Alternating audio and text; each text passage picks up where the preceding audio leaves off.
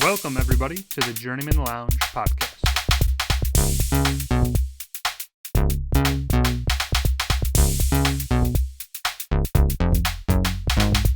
You better be praying to God because, you're 14 and losses in a row. You're going to need Jesus. Am I wrong? I thought you were pretty wrong, yeah. All right. Welcome back to the Journeymen Lounge podcast, loyal listeners and viewers alike. I'm Ryan, your temporary host for the first segment. And to my left, we have Bobby, a.k.a. Bobby Reno. Yep. To my further left, we have the Woj Bomb, Woj. Wojenstein, there's a few fun names. Guy who, Mr. Questionable. Runs this place. I get paid way less than Wojnowski or whatever the fuck his name is at ESPN. He does everything, though. He's our tech. I do like the term Woj Bomb when he's like breaking something. You should have been using that when you were making shots in basketball, like Woj Bomb. I mean, I think I predated the Woj Bomb when I started the hooping, but you could have incorporated it. I would have. No, it was good stuff though. We all at some point we're gonna definitely do some jerseys with some nicknames embroidered on the back. Sounds good.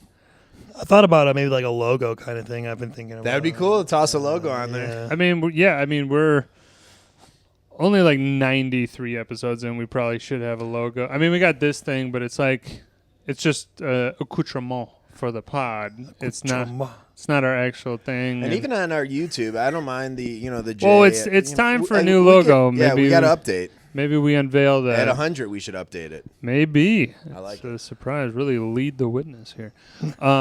Objection, leading the witness. So let's just get right into it. So Bobby and I are going to play golf tomorrow at Whisper Creek. But Ryan, you played Whisper Creek. Okay. Ryan, when did you play last Wednesday? It was yesterday. Which was Wednesday. Bridges of Poplar. The Bridges of Poplar Creek. The Bridges of Madison County. That's where I'm getting married, so I'm excited. Just give it the course is to me is I'm indifferent on it now. I like that. Like I think it's nice. I think it's a challenging course. It's not super long, but it forces you to keep it tight. Got to keep it tight. It was fun. Yeah. Where'd you go, man? I went to Poplar Creek. You just said that. Sorry. Oh, well, you said where'd I go? Yeah, no, right? I'm dumb. I'm dumb. I was like, you just asked me. Any chirps, any pars, any good hits? It was good. I ended up golfing by myself. I'm fine with that. Which, I've done. It's probably like my third or fourth time doing. I mean, I think it's kind of nice. Like, it is fun golfing with people because it's nice to have someone who can watch your shots where they go and stuff, and just to maybe just chat if they're cool. But if you don't like them, then you're kind of stuck with them, which kind of sucks. So being by yourself is kind of interesting. I decided to take advantage of it and like play a couple balls, like play a little best ball. You know, try different approaches. See if instead of using the Texas chipper here, let me try chipping it on, or how many balls did you lose? More than I would have if I didn't. Right. Yeah. I mean, I don't know, probably like maybe at least 8 to 10. Okay. It's not 8. terrible. Yeah, like I don't know. Sometimes just because I was just like, I don't feel like going to look for that. It's all the way over there. I've done that. We've all done that. Like, yep. I would say that's only acceptable in the last 3 holes of the Well, is it? If it's you're doing that on hole 2. He was on a time crunch, so he started his round like after 3. No, so I was fine. I mean, a little bit of a time I golf crunch. fast. I'm by myself. I could have honestly probably golfed in like 2 hours if I would have been like just playing one Just on ball. pace, And I had a foursome in front of me, which eventually Got they let me play through. But on that hole, which was the par 3, I think it's hole 4. Oh, that one where you have to hit it towards Moonlake Boulevard? That one sucks. I hit a good range with the club I chose. I think it was like 179 or something. Mm-hmm. So I hit like my 7 and like an easy 7 or an 8. I forget. Whatever. Anyway, I went in the sand though, unfortunately. And then they're like, I'm trying to rush because they're like waiting. There's 4 guys waiting to the left, waiting for me. So like hit it like 3 times. I didn't get out. Eventually, I was just like, "Fuck this!" I just threw the ball out because I'm like, "I'm sorry, guys." Like, I'm like, I don't like rushing. Like, I know. If I'm being honest, man, the pressure got to you. Oh, 100%. We've all been there. Yeah. I've definitely gone up to a tee box where the guys are like nice enough to like let me pass. It's It's the logic of the game or the etiquette of the game. Yeah. And I remember just fucking wrecking one. It must have hit off the top of the club because it just went so far right. And the same situation, I didn't go look for it. I just drove down, and I was like so embarrassed. I had hung my head. I'm just like, ugh. Well, my first shot was fine. It just like took a bad bounce and went in the sand, but I couldn't get out of the sand. I was like, all right, let me try this. And then I'm like, let me try. I've never putted out of the sand. Let me see if I could do that. Or I got a question specifically for that hole. Now the grading of that, like on the green.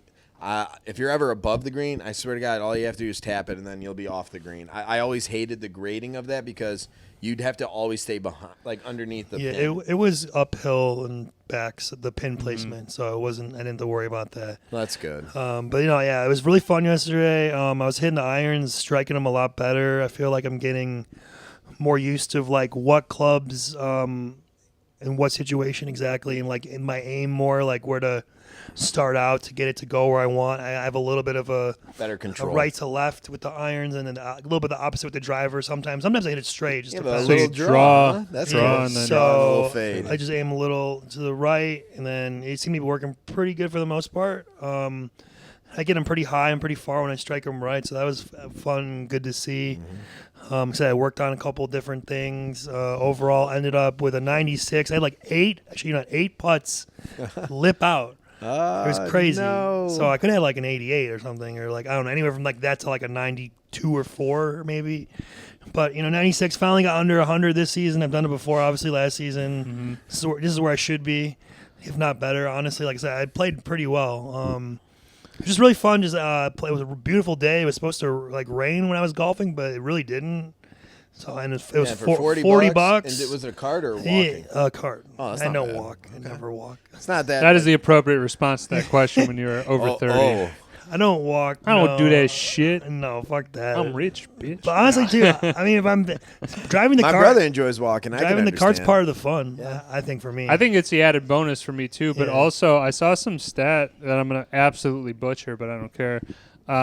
It was something about your energy expenditure when you're walking, carrying your own clubs. Because I know a lot of people do the pull cart or push cart. Yeah. I'm not kidding. It's something though, like your energy goes up, like energy expenditure goes up like 69%. We're just gonna throw it out there. Sure. But like it's literally like Nice. 2/3 again. So at the end of the round, You've you earned feel it, like yeah. you feel like you've basically played 2 full rounds or swung the club twice as many times. I'm just over walking. I don't like wanna to do it. that. I just want to.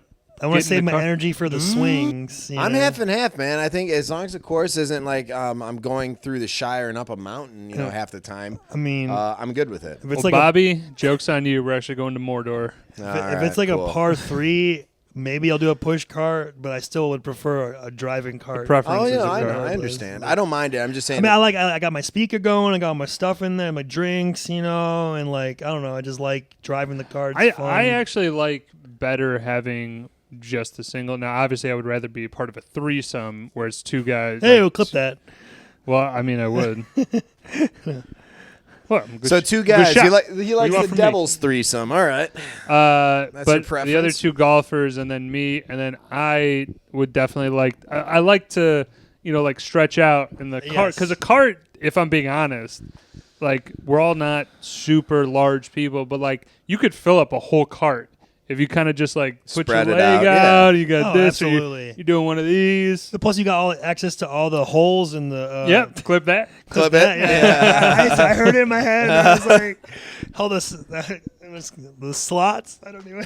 You Jesus. you Just get- stop. Just yes, stop. Keep it, No, no, slots with the O. The O. it's all bad. It's all bad. But Everything. you have more inventory space. Yeah, that'll work. You have better access. Yeah. That was great. Oh, God. So Ton yeah, of slots out there. golf is great. We're gonna.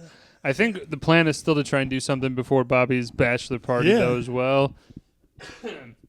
An eventual wedding, but yeah, we'll definitely keep at it. Again, like I said, we might have a recap to next week Sure. for our stuff. It's just great being out there, man. Just so nice. I was just enjoying the day and just. It's finally cooled off since those 90-degree days. So Yeah. I'm glad you're able to get out there. Right. It was like, okay, finally, it's actually like tolerable. Where it's like it's 80 something, but it's Right. not like I'm melting out there, So My buddy, Moving real on. quick, I'm going to drop this. My buddy, Asian Tim, he's going to be at Windy City Smokeout. That's happening tomorrow through the weekend. There's going to be country music, food, and all that jazz. So I told him, and I guess he met someone or has a friend who has the hookup, but he's getting VIP access. Through one of his bar friends. Dude, that's... So I think that in itself, I was like, yeah, I'd call off of work. Fuck that. I mean, absolutely when you have the hookup like that, but the festival prices and stuff like that, they've gotten out of control. I mean, it's always been expensive, but like you really got to commit to that. I think it would be a great time to go and do that, but the price of the ticket, and then also on top of that, you have to really justify. Like if I'm going spending, let's say, $150 for a ticket, you're gonna need to like earn it.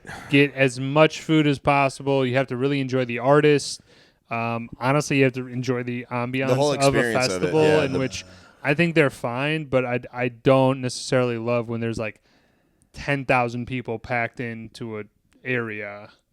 Yeah. Not my favorite. I went straight to Paulie when he said $150 for a country thing. I'm like, fuck that. I know it's just like I'm not a country guy. I like very little of it. I mean, I like some, but I was. It's like a festival. Obviously, not your. I would not. favorite. For me personally, Yeah. I would not pay that. Well, money, let's just say, for example, you go to a festival for rap music, and they're bringing back. It would depend on who and whatnot. Right. Okay. Yeah. In this example, man, we're just saying that what would you need to do to get your money's worth out of the 150? Because it's a food and fucking. Yeah, I mean, as long as they're artists music. that I like, then I would be. I think it'd be all right. That's why I kind of like Warped Tour. You had different stages. Each band, there was a good sampler of different. Like when you went there, it's an all day affair, but it's like 40, 50 minutes per band on a bunch of different stages. I know this is like predating you, so. Well, Warped Tour, I think, just ended. No, it ended a while ago. I think they're trying to revive it. But what I'm saying though is like Yeah. it closed down as a festival. As a at fest, least but a couple I years ago. went to it and I really enjoyed it because, like you said, you could hop over. There was different stages and different merchandise, and everyone was just kind of like in that rock punk. Everyone was just chill, enjoying good vibes, and it wasn't like the songs or like the audio was clashing over another. It wasn't like they had a stage set up and then another one right next to it. So that was kind of nice, logistics wise. Sounds cool. All right.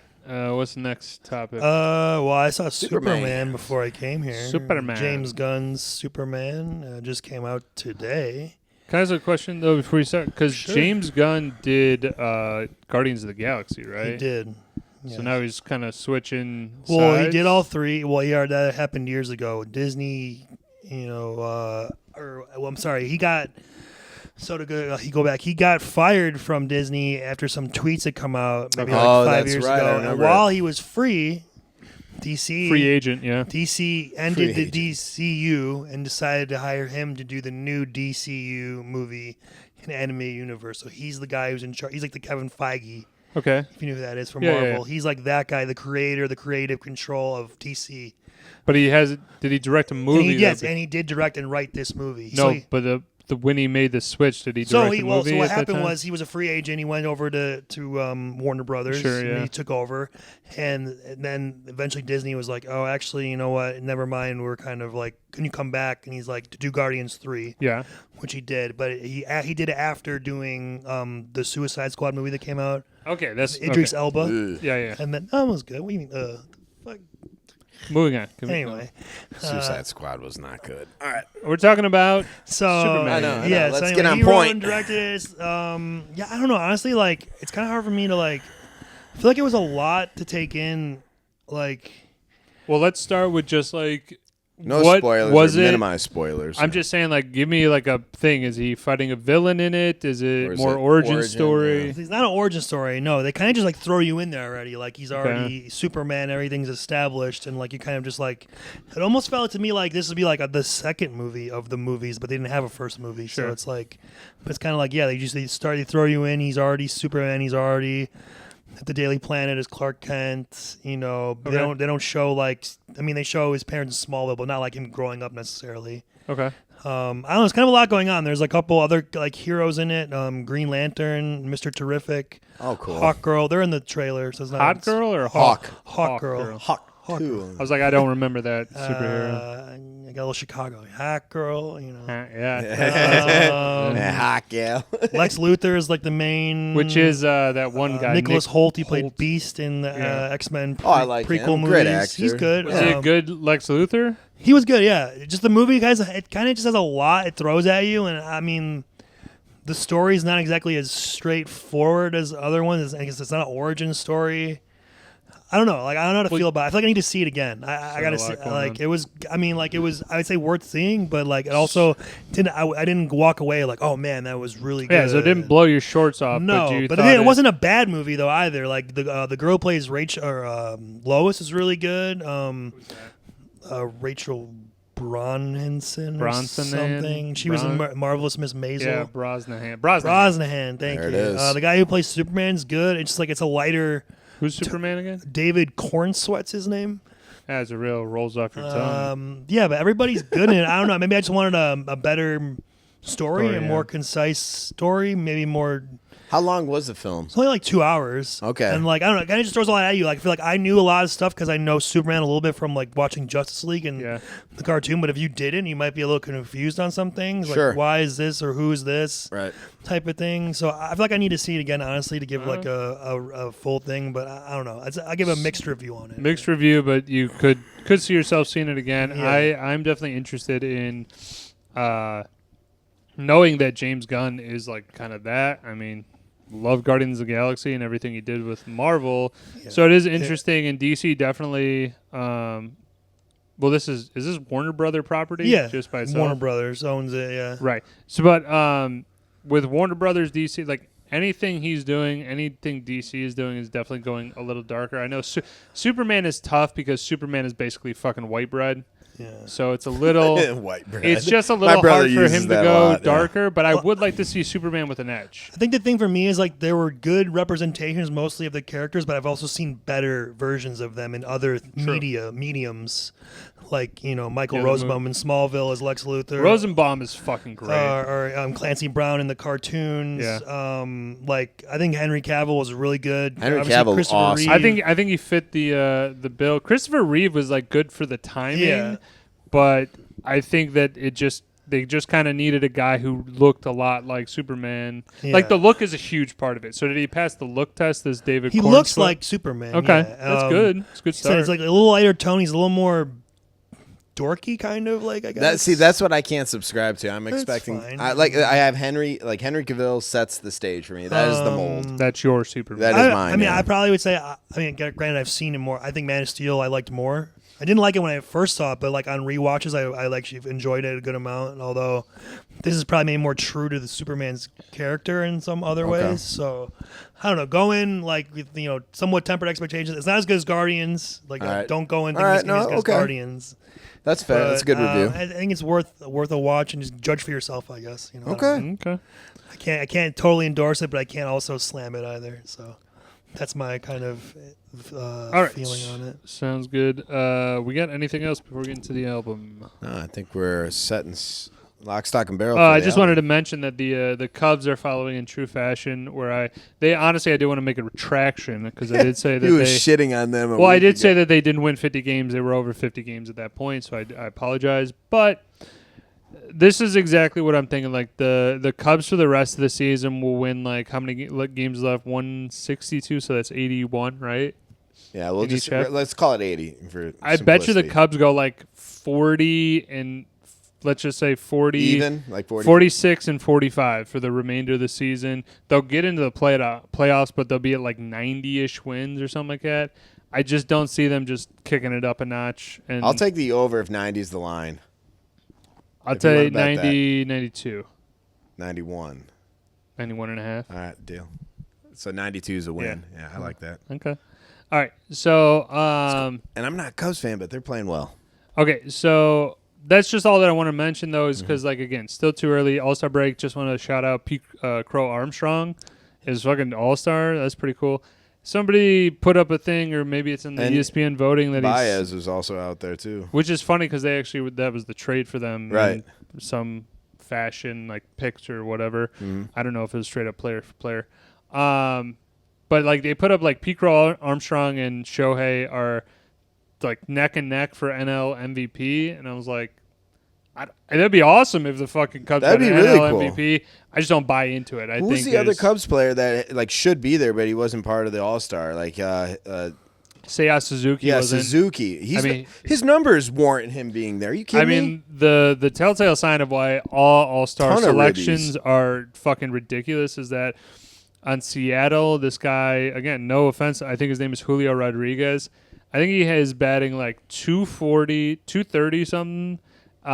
He has like 7 home runs, like 30 RBIs, and he's Nothing either not. sounds fantastic. He's either based on not that. made an error or he's made like one error all All right, season. so he's a great fielder. So they're That's what picking you're him for getting the out of fielding, but All it's right. just like it doesn't hold weight. So I'm also, again, All-Star games and all that shit. I'm done with it. Just Oh, I kind of figure- like at least figure it the out. baseball All-Star games. I mean, at least they do like the funner games. Like the home run derby is always great to do because we always did Yeah, that in the that was- backyard. Hey man, Yeah. I'm gonna throw you 50 wiffle balls Yeah, and you and just see how try to many home send it, runs you yeah. get. You know, I feel like if I'm at a bar somewhere, I like maybe watching that. But if I'm at home, I probably wouldn't. Yeah. it's better things to watch. I totally get. we got to that. check out your brother and his volleyball I think team soon. It ended. Okay. Oh, it ended No, already? it started up again. Oh, he. I think it ends and then they do another It session. started on tonight. Oh. All right, we're going to have to check that out soon. We'll bring you some fucking video. All right, well, that's on Thursday. So All right, well, maybe just saying. we could do an away cast. Maybe. All right, let's get to the album review. That was Sure. Ryan's pick. Yeah. Real Uh, fucking solid Gem. pick, dude. Oh, thanks. Are you saying Jim or Gem? Yeah, this is a real gem. Yeah, he's a real gem. Great movie, too. This is my choice. It was Blink-182's 2001's "Take Off Your Pants and Jacket," which is a double entendre. Take off your pants and Oh, jacket, and you get it. yeah, Yep. we got it. I don't know many people that have to We explain connected a the double dots, entendre. yeah. Well, people at home maybe because it But actually double had, entendres? so yeah, they said it was released June was June good. 12th Give of me that. 01. Oh, shit, really? Yeah, I got this for my 12th birthday Damn, he remembers the birthday for gift. sure. I remember when I first heard this album, too. So this is their fourth album. Is after Enema of the State. Great album. Which is also, I would say these two are my favorite from Bing, them. bing, Arguably yeah. their best. 1, 2. I'll go over the songs, but I'll just go start with the singles off of this album were "The Rock Show," "First Date," and "Stay Together for the Kids." It says right here that it was the first punk album to hit #1 in the U.S. after selling over 14 million copies globally. That's pretty cool. And they starred in American Pie. I watched that recently. They had a Oh, yeah. cameo in it, so that was kind of fun because they used their music for that, that movie. So yeah, I'll read the tracks and then we'll just go Yeah. over our experiences with the album and the band in general, and then we'll give our grades on the tracks. Love it. So we got the start, Anthem Part 2, then Online Songs, First Date, Happy Holidays, You Bastard, Story of a Lonely Guy, The Rock Show, Stay Together for the Kids, Roller Coaster, Reckless Abandon, Every Time I Look for You, Give Me One Good Reason, Shut Up, and Please Take Me Home. And then also wanted to mention that there were 3, they had like special editions of these. So like if you guys saw the cover, it has like the Right, the the plane, the stoplight. pants, and the jacket. Yeah. So they actually had those individual CDs like that. So the red one was Travis's, Okay. the yellow was Tom's, and the green was Mark's. And I actually had All 3 the of yellow them? one. No, the yellow one I had Tom's. I don't know. I think I can't find it. I got wrecked or something. I don't know. That'd be cool to get all 3 of those and have that So like physical unfortunately, I copy. don't collector's have it, item. but that was cool to have that. They each had their own individual bonus tracks on those. They're like kind of like collector's editions. I'm That's cool. kind of mad I don't have it anymore. I can't find Maybe we it. could eBay it. We'll figure it out. But yeah, so what's your guys' experience with the band, with this album? Whoever wants to start. Go I'll ahead. take it. I think this bar none is probably my favorite band. I grew up 7th, 8th grade. They was made known, came to light for me, and their music, their style, they're like Woj said, they do what they do, but they do what they do great. It's not like they have too much range. They do a little bit, but they try to branch out a little bit after these first couple albums. But I love this. I remember in like 7th, 8th grade, coming up in Adams Junior High with my Walkman, putting that one on, and it was solid. I'd, listen to it between classes. It just, everything about this, you know, and I guess it's sung true because it was right around our age bracket too. I think that you could get some relevance from some of the tracks or some of the lyrics. So I love it. Awesome band.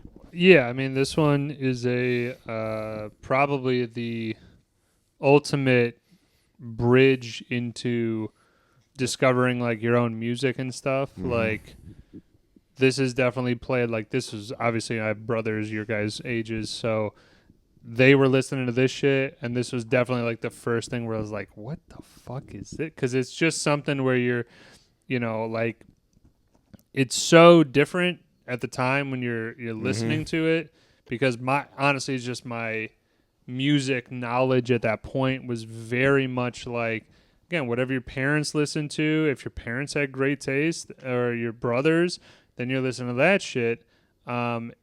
A lot of stuff, like, I could remember, like, my mom would be listening to, like, Karen Carpenter and shit. Karen Carpenter's great, but it's so like, we've only just begun. It's so like, yeah. So it's just like such in a different lane. My dad was a band director for 40 years, so he listened to everything. We had classical put on, at times and shit like that, because that's what he had to listen I like to. classical. And then my brothers like kind of were in the middle, where they just would find shit and play it. But Blink was definitely one of those where, again, like, you can distinctly remember going like, whoa, like, I like this band from the get-go, and then you make it a point to listen to them. I think right from the get-go, Blink was probably... They made a statement. Well, it's just probably inserted first probably clip into the rotation of just like, Barney was pre-K, but then you got... Blink going. This right brought after you that. right into the 2000s, essentially, their band. Yeah. Yeah. Well, like I said, I first heard them. I remember distinctly Bach Pool. Oh, hell yeah. Circa 2001. 90, I worked there. 99, whenever Lifeguard. the album came out. So it must have been like fourth or fifth grade. Right before Y2K, you old fuck. I heard What's My Age Again on the radio, and I was like, who is this? And then I got the CD somehow. First song was What's My Age Again? Well, I heard. Yeah, classic. first song, Yeah. Like, yeah. And then I got the CD somehow. Like, if you know the cover, it'd be hard to believe that a 9-10-year-old would get that, but it's got the nurse on it or whatever. So they were like my favorite band. Probably I would say first or second favorite band. Like I probably like the Chili Peppers before them, but then Love the Chili Peppers, too. but no, I like Blink more. And like after I heard them, like, okay, this is my new favorite band. Like, they're my favorite from like now till whenever. Okay. Like I said, I got this album definitely probably for my birthday. I'm assuming when I was 12, and I used to go to a camp in the summer, like a daycare kind of thing, where you'd go to like the arcade, or you go to like Starve Rock or whatever. That's like you cool. would go Like to a day camp, a baseball. You did something to keep the kids occupied, like a Casper for older kids, if you know what Casper is. So we would always go on trips, and I had my Walkman with me, and this CD was always with me. This is probably, if not the most, among the CD I've heard the most times in my life. Like, listen to it front to back. Know all the songs. Like, I would just constantly listen to this album, so I know it pretty well. So I was excited to do it. So I'm glad that we're doing it. Love it. Yeah. Let's go give let's go to the tracks, and we'll give our let's do it. grades or whatever. All right, so that we start off with Anthem Part 2. Now, Woj, we always talk about, especially you talk about how starting off the album is important, and I think for me that they nail it with this one is the perfect. When I think of like an album like to start, what's the one of a good song to start an album? This comes to mind right away. Love this song. It's a perfect song to open the album. Great build up with all the instruments. It's upbeat, and builds up more and more as it goes along. I love Mark's bass solo toward the end of it, and Tom when he's singing "Everything Is Falling to Pieces." It's a 5 for me. I love this one. So. Isn't this an extension off their previous album too? No, there's an Anthem Part 1. Yeah, exactly. Anthem So, Part, like, they have Anthem Part 3. There's more than. So, like I said, I consider that kind of not like an extension, but a run-on, or like Well, it's two different songs. They don't sound the same. I know that, but let me just believe that. You're saying that it's part of a trilogy, like Thank you. three. Yeah. There's 3 anthems, or It is can there be 4? distinct, yeah. I think there's only 3. I think there's at least 3. I think 3, possibly 4. But I was just saying it's part of a trilogy of. right. Okay. At any rate, it came out firing, really fun. Enjoyed the shit out of this one. Definitely banger. 5. Yeah, I'm gonna go certified banger. I definitely echo what Ryan said, because, and I'll talk about this at the last song, I think this album is one of the greatest because the opening song there's just something there that makes you feel like it's an opening song. The closing song for me, I also feel like it's a great closing song. It's just a feeling that I have. It kind of plays into the tempos that I feel like should be used in the opening and closing. So starts off good, ends great, but certified banger. And I definitely will vow to have the certified banger sound clip. It's gonna. Let's add that too. That'd be really cool. It's coming on the horizon Graphic simply off of this album of how many times I wrote down certified banger. Yeah. I just want to go and hit the certified. To piggyback off you a little bit with the order of the things and the, I'm like, we'll go through them obviously, but like I think it does like do a good job of like going up, and then there's a couple ones where they're a little more emotional, but then they bring you right back up again, and then they kind of go maybe one song and they go so like literally like a roller coaster. I think they did a great job with the order of the songs. Definitely. Online songs again. I love this one. I love the opening of it with Mark and his vocals and his bass again. I love the drumming. I love the whole thing. For me, it's a 4.5. I like it a lot. Yeah, like I said, coming from that one, it's a step down in a sense, but a different tempo, different feel. I still put it at 4.5. I enjoy it. Like there's only one song on this that I really. I think am it's just a great. Like, I think it's also a great second song. Like yes. like you said, it's like it goes down a little bit, but it's still up tempo and it's still catchy and like upbeat. It holds your attention. It's not as powerful as the first one, but it's still like it holds like I still hold it in the same regard ballpark again, of yeah. So Woj. So I have a vision of exactly how this song made me feel. A vision, So my Grammys going down to the basement, there's a staircase, and I mean, it tends to happen. They did a lot of work themselves.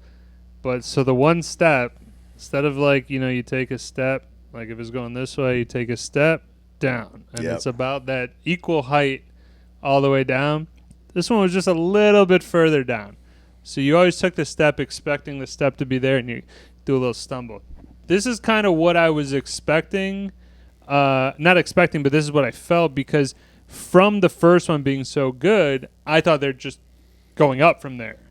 But, when they are unfortunately going down, like, and you're not expecting it because you're like, so good. And then, this one's, to me, it's an A. It's a 2. It's 2? fine. Yeah. You are fucking out of your fucking mind. I'm with him on this one, but all right, let's progress. I just he's like, it's fine. It's just a hair step, and you give it a 2 out of 5. Right. It's like an F. So you think it's bad? Like you'd strike this no. Okay. To me, okay, so maybe that would be like a 3. Like 3 is like, hold on. No, don't let him change. I'm just saying, in my eyes, maybe we're looking at the grading in differently. your eyes. Sorry, hold on. Someone's mic is out. Push it in. Check now. Check. Am I good now? Coming through? Feedback. So maybe we're looking at the scale differently. So that's exactly what I was going to point out. To me, the scale is simply, if it is a skip to me, it is not on the scale. I'm not going to give it a grade because it is a 0. So that's my skip. So it starts at 1. So 1 is like, okay, I listened to it. I don't really like it. 2 is like, I liked it. And this is also kind of indicative of the album to me, is that this is kind of the start of like, this is what they're good at. They go back to the well a lot, but it is somewhat repetitive, and you gotta get off this repetitive thing, man. You kill me with this. But shit. I'm with you dude, on this, in this man. album, like, this is blasphemy to me. Right? In this album, everybody's repetitive. They do what they're good at. That's what the idea is. Everybody's repetitive. I get that. In this album specifically, I have 2 categories. I have bangers. It's almost like that. And then I have my thoughts. good songs that are similar. All right, that's fine. That's my categorization. I think your scale ranking is a little off. I would have maybe calibrated a little differently for me. Sure. And I think it's fine. Like 5 for me is like a 5 is like, dude, this is a hit. This is a banger. I love it. 4.5 is close. Maybe just a hair different. 4 is slight miss. 4 is like, this is a good song. It's not a single maybe, but I enjoy this song. 3 is just 3.5 is like, it's fairly good, but there's parts I don't like about it. And a 3 to me is like, it was fine. I could. It exists. It was worth listening to. In the 2 to 2.5 is like, it's kind of bad, but it's got some redeeming qualities. Maybe like a guitar solo or something, or like anything less than 2 is pretty much a skip for me. That's what Okay. just so we can. Probably should have explained that Well, when we it's a first started. thing scale. Well, when we first started doing albums. Yeah, when well, we understood. You have your scale. I have my scale. Okay. Well, if we're doing simple math, isn't it kind of Right. like Everything's worth 20%. So if you get 4 out of 5, My that's rubric an is 80. so different like 2.5 than out of 5 is already 50. like That's 50. failure, yeah. Right. It's closer. Yeah. I have different ratings All right, and how I we put it. understand that now. Fair enough. Okay, so that's 2. All right, first date is next. This is one of the other singles off the album. Obviously, one of their most popular, best songs, catchy. I think Tom's perfect for this song. I like also, if you notice in the album, they kind of rotate who's the lead singer every other track, pretty much. And I love again the break. They always have at the end of their songs like a great breakdown of the instruments. So they do like no singing or like very low. So I guess it's a 5 for me. I'm sorry, are you referring to the breakdown as just kind of like the last 40 seconds? No, where- like No, where he's saying they're where like they kind of vocals where they stop kinda rotate. singing, they change the tempo with the instruments, okay, and they breakdown kind of but they're kind in of the song, by okay. themselves, or they change like they do like a little Gotcha, voice okay. thing or something. I think that this is probably a quintessential, I forget the word. Quintessential. If you're ever doing karaoke, if you sing this song, I guarantee everyone in the place will sing along with you. Like everyone knows this refrain. It is an upbeat. Love this banger. There's only one on this track or one on this album that I'm just half and half on. But Yeah, I would agree with that, and I think that kind of everybody has a Blink 182 voice. Like you can do it. You can pull it off. It's still. Well, you're kind of sitting on the chord. Just push the chord. I'm just saying, have some leeway on the chord. There's leeway. Okay, you're good now, but it just kind of came Coming in and out. All right, I'll try to be. But yeah, karaoke sing for Blink, absolutely. I think this is a certified banger for me. I mean, it's again, this is one of the singles, and it's definitely for a reason. Pretty simple. Yeah, I think for me they're 3 for 3 to start the album. Next is kind of just a joke song. It's a skit. It's a skit. Well, it's not meant to be. It's like they just do this on their albums. They do like a little funny like bullshit. Like it's called Happy Holidays, You Bastard. Just quick. It's like a 30 minute, seconds or 45 seconds. Yeah. Yeah, it's a 3. I mean, it's a 3.5. I don't even want to even judge it honestly. It's not a song. It's not meant to be.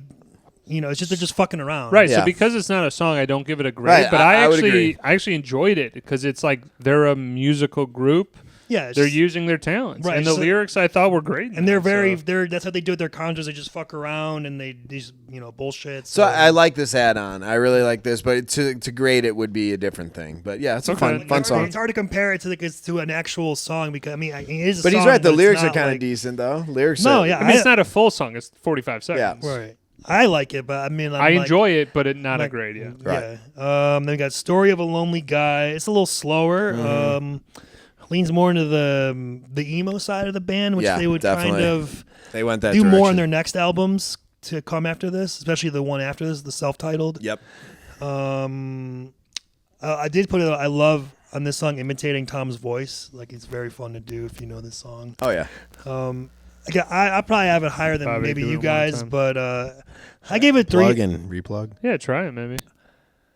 It's for sure yours though. Okay. Check. Coming through. 1 2 1 2. It's not your voice. It's a vibration because the mic is not going in. all the way up in it. Yeah, but I'm just telling you. Okay. the Well, maybe we need to connection get is some not- cords or new cable soon. We'll figure it out after the break there. Yeah. But Ryan, sorry, you were No, saying. yeah, with for me, the- like I said, I probably will have it a little higher than people, but I could see this one being like the one that you'd probably be like, eh. For me, I gave it like a 3.75. Like it's in between. Now we're going to fucking. I like decimals. Way to be Oh, specific. Holy shit! It's a 3.25 stars. You can't 3 3/4. 3 and whatever. 3. Sorry, 3 3/4 stars. I meant. All Thank right. you. Didn't quite You ever hit his seen 4 Star mark. Search? I'm just saying, man. Nobody's ever put a 0.75. I definitely like did it. last I week. like it. He I did last You week. did last week? Yeah. I don't think so. Let the tape Go show. to the tape. You guys go back, Go- watch you that, go to and the then tape. tell I me. got- Yeah, I it got the happened. notes in here. It does. Yeah. That it says if it says in your notes, oh, I said this last week. Yeah. He did. He like for certain. Oh, do I'll you bet on keep your this. notes? Yeah, of course I do. Oh, I We didn't delete all our I notes. deleted. Oh, too soon. Tuesday. Sorry, I had to. Go, guys. It's all good. Story of a Lonely Guy, though. I thought this was a very enjoyable song. I got a 3.5 out of it. I'm with Woj on that 3.5. chorus. It takes you, like I said, it's a little more melancholy, a little more I was emo. slightly higher, basically the same. But yeah. But yeah, 3.75. I think a great song. 3.69. I think Heating, it's of course. good foreshadow for their next album. So exactly what I said. No, I mean in like a negative thing. I'm just saying like I agree with what he's saying and exactly what I wanted to echo. That was exactly what I was trying to say. Well, that's the style they lean into. Yeah, sorry. I didn't mean to sound like condescending. Sorry. No, it's fine. Yeah. It sounded that way, but I got what you meant. I did. I know. I didn't mean it that way. That's exactly what I said.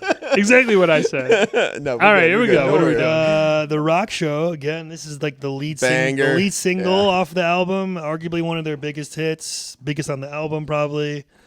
Very catchy. Again, I tend to love. Mark's my favorite, so when he's the lead singer, I tend to like his songs more usually.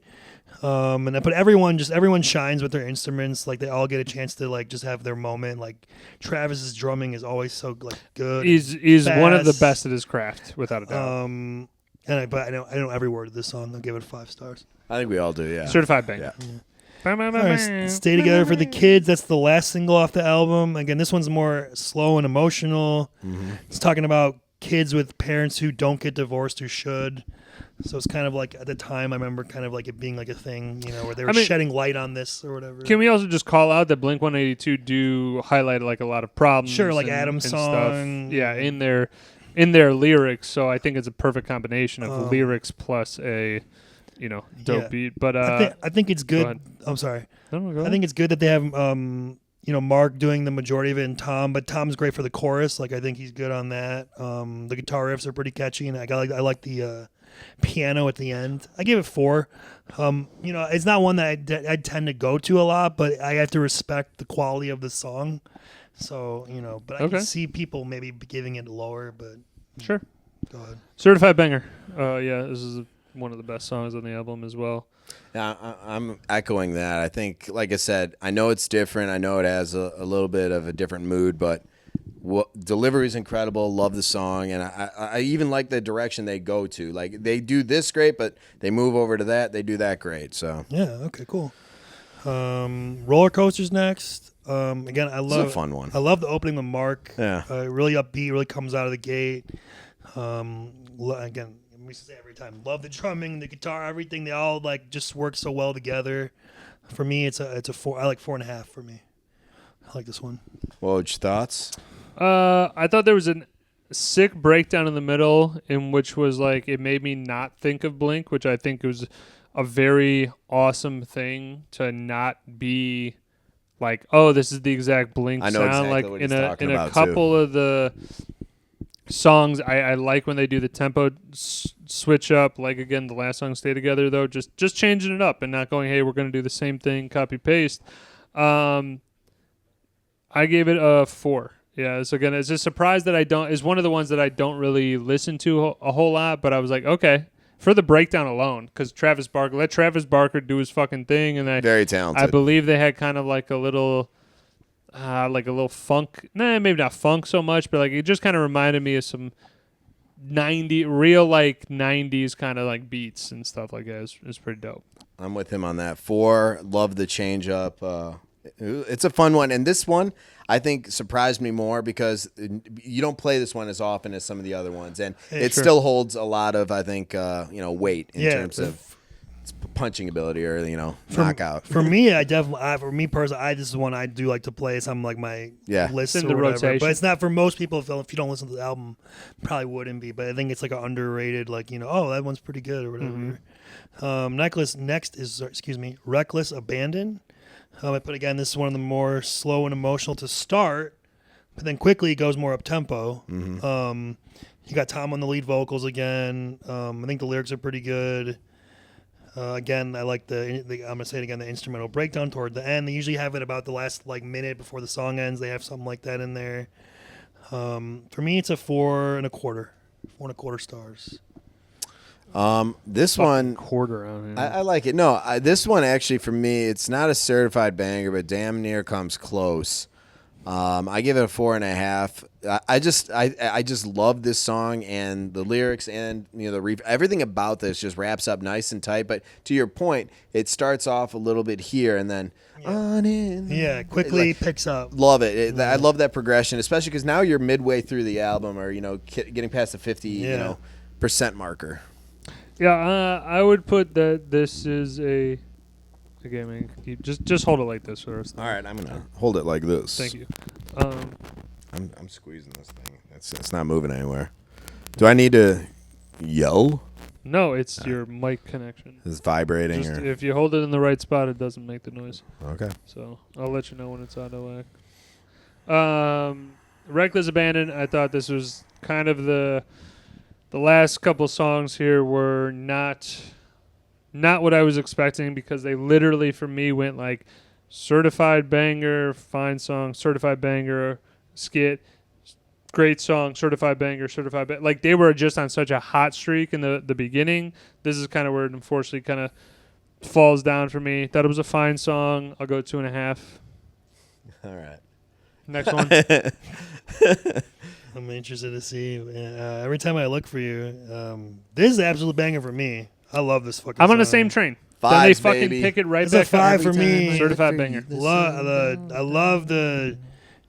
I mean, this is arguably like one of my favorite songs. I think this or Anthem Part 2 are probably my favorites. I don't know. Yeah, love the trading off of the vocals between Mark and Tom. Again, Mark on the lead vocals. It's up tempo. It's catchy. The main chorus is great, and also I like it because it's in American Pie 2. Yeah. Yeah. Guitar riff on 5 this for is me. fun too. Yeah, 5. Guitar Certified riff kills banger, it. Love it. All right, next is Give Me One Good Reason. But I love the bass. Again, you got Tom on lead vocals. It's more up tempo. It's not as not really one of those emotional ones. I gave it a 4 for me. Yeah. I would say a 4. This one maybe 3.75 to 4 in that, Sure. gauge. I'm going 2.5, same as Reckless Abandon. Just I thought it was a fine song. Nothing blows me out of the water. All right. Next is Shut Up. Again, some Mark-led song. I think it's fairly catchy. I like when they slow it down a little bit and then build it back up toward the end again. I gave it a 4 for me. I'm oppo on this one, and this is the only one that I like. It just, I think it was too much, right?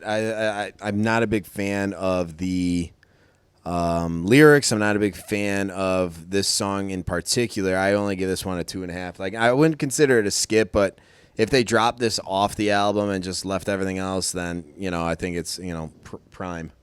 Yeah, I actually thought the lyrics were the best part of the song. It was more the beat was not anything again special to me. So I give it a 3, but that was again the lyrics were kind of carrying it. Yeah. All right, then we got the last ones. Please Take Me Home. Mm-hmm. You got Tom to close it out on the lead vocals. We got Mark mixing in every now and then.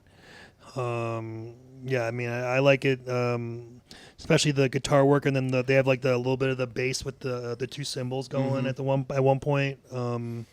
It's 4 for me. 4 stars for me. Yeah, I'm gonna go 4.5. As I mentioned in the beginning, this was a song that like oddly felt like the closing song of an album, so I love that. I'm a flow guy. But the thing that really sold me on this is that I'm gonna use Ryan's favorite word over here. There's repetitive moments in it, but again, I put here like oddly it just was different. Like it felt similar but different. And then I also just like again like I felt like the album came to a complete. I think it also definitely helps that the album is only like 38 minutes. It's pretty short. So it's a pretty short album. So you're still like I'm still riding the highs. They interspersed enough bangers, certified bangers that is, into the enough spots. I never hit an absolute lull. I hit like I said that Grammys fucking wonky step, but then it fucking shot right back up. I like the flow of the album. One of the better ones for sure. I'm with him. 4.5 on this. They closed it out. Yeah, Chef kiss. On the bonus, the ones I talked about, the collectors ones, they had 2 bonus songs on each that would end this album. The one I had where it was it's a pretty fucked up funny song. It's if you know it, it's like about a dog fuck a dog in the ass, I think is what it's called or something. Okay. Oh, Yeah. jeez. Did not hear that one. Yeah, it's like one of those like minute and a half ones. Like it's a dumb again, like jokey, but it's like funny. At least at the time it was songs. Yeah, but no, I had a lot of fun in listening to this, and I definitely, obviously, have like nostalgia for this album. So, as I said, maybe some I might have been higher, but actually, I think we were mostly pretty aligned. I thought I was like, oh, maybe there'll be like a full number below me, but we were mostly on Same there. ballpark. I think, like I said, it's just like maybe our scale difference is how we see Right. the grading system or Sure. whatever. So, and to me, to Woj, if I could just quickly touch on your repetitive thing. No, it's okay. I just want to say that I think that like most, if not, I'm not of all, but most, a lot of artists are repetitive in something or something they do, like a cadence or a sound or a signature. It's just, do you like it or don't you? And Sure.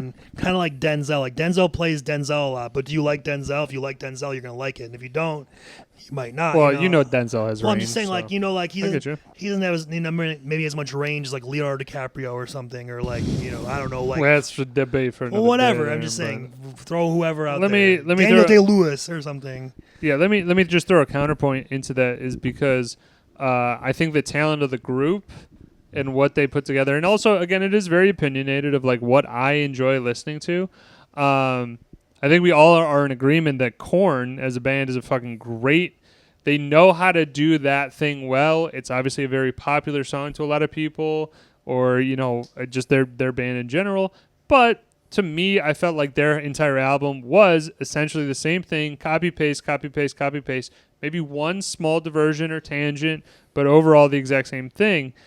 With this, again, you can see that Blink-182 has the range because they do this, they do other songs on albums where you go like, oh, this is completely like way slowed down and this is not what they're normally, but you still enjoy it. Mm-hmm. I just think that, again, like, it honestly helps itself to the album to not have just like 10 certified bangers. I mean, yes, everybody would like to have an immaculate album, but let's be honest, it doesn't happen. I mean, it's immaculate for me. This But you didn't. But no. You didn't give them all certified bangers. Well, That's what I'm talking about. 100% certified bangers. I don't think you will find it, and we're not talking compilation albums or anything like that. But no one has that. Yeah. There it is. Am I coming through? Yes. No one You're has. I think it's 12 immaculate too. complete But no. fives. But in my definition of immaculate, it is a certified banger. That is an immaculate album. Okay. Same thing like an immaculate inning. I got it. But Hold there on. are like no skips on the album. okay. So like it's fuck. It's pretty good. Like it's one of the best, right? Like what? Just Name an album fix- where there's just like trying to every move it around a song little is a fucking hit. There Yay, are nay. none. They just don't make them like that. Yay, nay. No, it's still coming through. Shit. All right. I'm hoping I'm not too foggy here, but It's Anyway, we can wrap. We can wrap. no, it up I wanted to Well, we need to comment say to the him next real one. quick. Go with your comment and then we'll and we'll wrap it up. I like this. I consider it immaculate because if I put this album on, I'm transported to a different phase in my life that I've lived, and I know this. I can almost smell, the lockers, the hallway.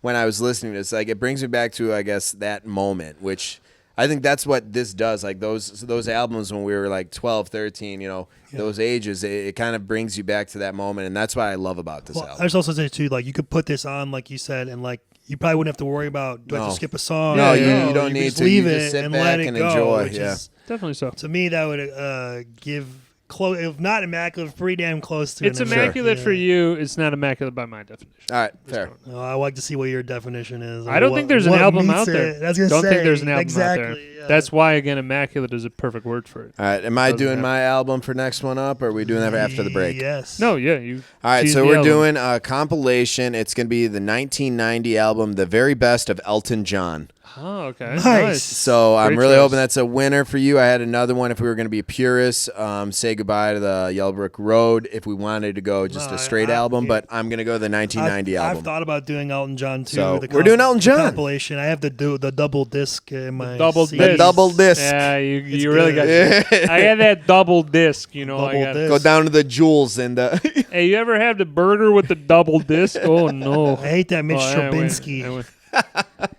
Jeremy's favorite player. Trubinsky. Hey, your brother's is an oddball. All right, so we got the album coming up for next time, and then we got Bobby's pick. Short for circuit. the movie review. We're gonna go grab a beer. Be right back.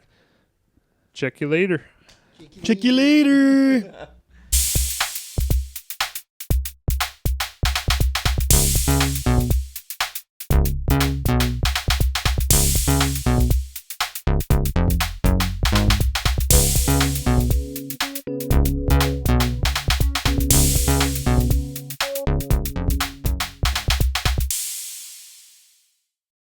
All right. Let's do it. Mouth. Welcome back, Journeymen Lounge podcast listeners. We appreciate you. We grabbed ourselves a beer. We're ready to talk about our last of the trifecta of the 1980s movies. This is my selection, Short Circuits. Short Circuit. Yeah, they did make a sequel, which was just god Short awful. Circuit 2. But I'm going to go over a few of the numbers, and then I'm going to try to get your take on, when just around the movie. When did you see it? Thoughts. But then we'll dive right in. Short Circuit is an hour, just shy of an hour 40, an hour 38 minutes. This was released back in May 9th of 1986. Box office was $40.7 million globally, with a budget of $15 million, and the director was John Badham. Okay. This was movie rental with the fam. Saw it before, and then probably not seen until we watched it. I haven't watched it through in probably like 20 years. So, I saw it before, saw it now. Ryan, what do you got? Well, I might have seen this when I was a kid. I might have seen Yeah, I it. know. I don't know. I don't remember I seeing need more it. cowbell. I don't remember seeing I it. could have seen Short Circuit. Good man. Just stab you in the face with a soldering iron. I do like Steve Guttenberg. But, Gutenberg is a good guy. but in all He did it accidentally. It was fucking great. In all seriousness, I don't remember technically seeing it, so I'm pretty sure it's like basically my first time. I might have seen it at Casper when I was like very young, like 6 or 7, but Sure. it's been Sure. over 20 years, 25 Yeah. years. If I have, I didn't remember any of it really. I mean, you remember Johnny Five. I remember more of it than making fun of it on I Love the 80s. They had a little bit about it. That was pretty funny. But for me, it's basically like my first time seeing it. So Incredible. All right. Now, I remember seeing this when I had to be just around 10 or maybe younger, and I was at my neighbor's house. There was a holiday party. I forget what specifically, but they had it on the old wooden television set that sat low. Here's me sitting watching Short Circuit because parents are doing their thing. I'm a young kid, just keep me entertained. I really enjoyed that when I was I didn't watch it all too often after that, but having watched it again now as an adult, really fun, real. I think ahead of its time for some of the practical effects. Okay. I'll just say that. I have a question for you, Bobby. Sure. Why did you audible to this from The Princess Bride? What made you decide I want to do Short Circuit? I'm just curious. I was You seemed pretty passionate about Princess Bride for a while. I really was. I wanted to change pace. I watched Princess Bride again before I made this decision. I'm like, granted, I think this is a cult classic as well. You have Andre the Giant, you have a bunch of other well-known actors, and it's a good story. But I was like, I really want to just flip the script a little bit and do something different because I'm certain we all saw Princess Bride at least 5-10 times. So I'm like, I want to do something that is still popular but maybe not mainstream. I mean, it's definitely very 80s. I will say that. Very 80s, You yeah. definitely this is definitely of its genre, of its time. Oh yeah, and that's kind of what I went with. So it was just a kind of a last minute thing, but I was like, I'm going to try to do something a little different. So Why don't you hit us with the synopsis? all right, synopsis. So Nova Corporation is in the robotics, call it, like Northrop Grumman. They're about military defense. They create a bunch of advanced technology. So Johnny Five is a prototype of this new self-defense robot that they've demoed to the military that has the capabilities of pretty much wiping out a small battalion with armored vehicles based on the weaponry they gave it. And it's able, and the concept is it takes user command, human command. It will not deviate from that. It's a programmed killer in a sense. But they also, in that same light, created a bunch of different other robots while they're doing this soiree, this party, to serve drinks, do different tasks. So all program related, but this is supposed to be our step up, call it post Cold War, of technology of taking men off the front lines. Well, they don't like Throwing Russia. in robots. They don't like Russia in the movie. They specifically say bombing Russia. Yeah. Well, there is the Cold War going on at this time. Yeah, I think it's so supposed to take place in that. And okay, so Time maybe the like movie I said, came out in 88, so that's definitely 86. Oh, that was 88. May 9th of 86. Oh, you're right. I'm thinking of the sequel. I'm sorry. A sequel, which I'm Yeah. not a big fan of. So. Either way. Okay. So what So happens to from Johnny there, Five? one of the prototypes, the Robot 5, or I forget. They're all named. They're numbered. Yeah, so they're 1 through numbers. 5. So Number there 5. was an electrical storm, some thunderstorms moving in. So the outside demo wrapped up, and as they were trying to decommission them and get them ready for storage and just assessment, the lightning struck a cable line or one of the electric wire lines, and one of the Johnny 5 5 got almost short-circuited in that sense. It was attached to a generator, and from that, it developed sentience, which is kind of scary because, I mean, Elon and a bunch of other people we're seeing this in AI right now, like developing non-program thoughts, feelings, and he becomes alive in that sense. He reconfigures himself to, start back on and self-sustaining essentially, and I'll make just a quick addition. Sure. Is that his circuitry being reset? He is looking for input, and then basically, Yes. I mean, that's what he's Yeah, saying. no, agreed. Is that He's saying it he the whole needs movie. input, Need input, and yeah. so you had Ali Sheedy, who I think her name was like Stephanie. Stephanie. Yep. She Stephanie Speck. finds him thinking he's an alien, but just basically gives him content, shows him the human. She gave him a thesaurus from A to Z. Like he like- watches TV. and he watches TV. I'm just saying that it kind of allows him to become Human very quickly. thinking of human. I don't know. I think we're bearing the lead a little bit, whereas the robot gets out of containment. It gets out of and containment due to the security or military. Whatever. They're not military. But no, they're it's like paramilitary. whatever. Or security. Their company's military. But they try to recover the asset. They want to destroy it or recover it. Recover or destroy it They because seem it's like they want to dangerous. destroy it. One guy from the military wants to destroy Yeah. it. Because it's dangerous. It truly is. I mean, the first demonstration is them blowing up tank. fucking a tanks tank, and all this transport shit. like Yeah. vehicles, and just annihilating them, and then going in just off mode. Yeah, so then he's on the run, and then like you said, he goes to Ali Sheedy's place. So yeah, They bond. Steve Gutenberg plays the doctor guy, Engineer. He created the robots, and then programmer. Yep. Mr. Stevens plays an Indian guy. Yeah, which Yeah, is let's- fucking lab hilarious. assistant. Let's get that out of the way. I think it's funny as hell, but yeah. It's fucking He's- terrible. Fisher Stevens is a white dude. He plays His brown an face. Indian guy, very dark makeup, and then also on top of it, he does such a tropish Indian accent, Good laying on so thick Yeah, that it's like, ooh. So, every yeah. time he says stuff, he has a lot of quotes and stuff like that are funny, I think, but it's like he's trying to be very comedic, over the top. you know how they had that? We just shared they had a warning for Rush Hour on USA. Yeah. Oh, this one playing would get it. This is definitely getting a warning. Yeah. To this and at the time Soul Man, where C. Thomas Howell's Sure. in blackface. Yes.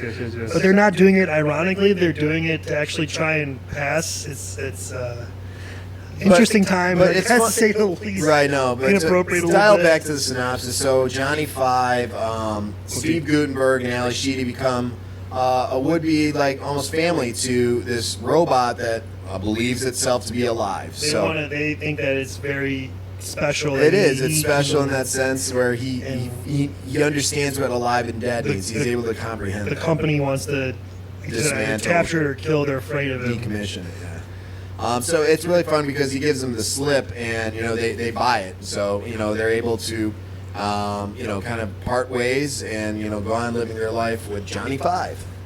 Yeah.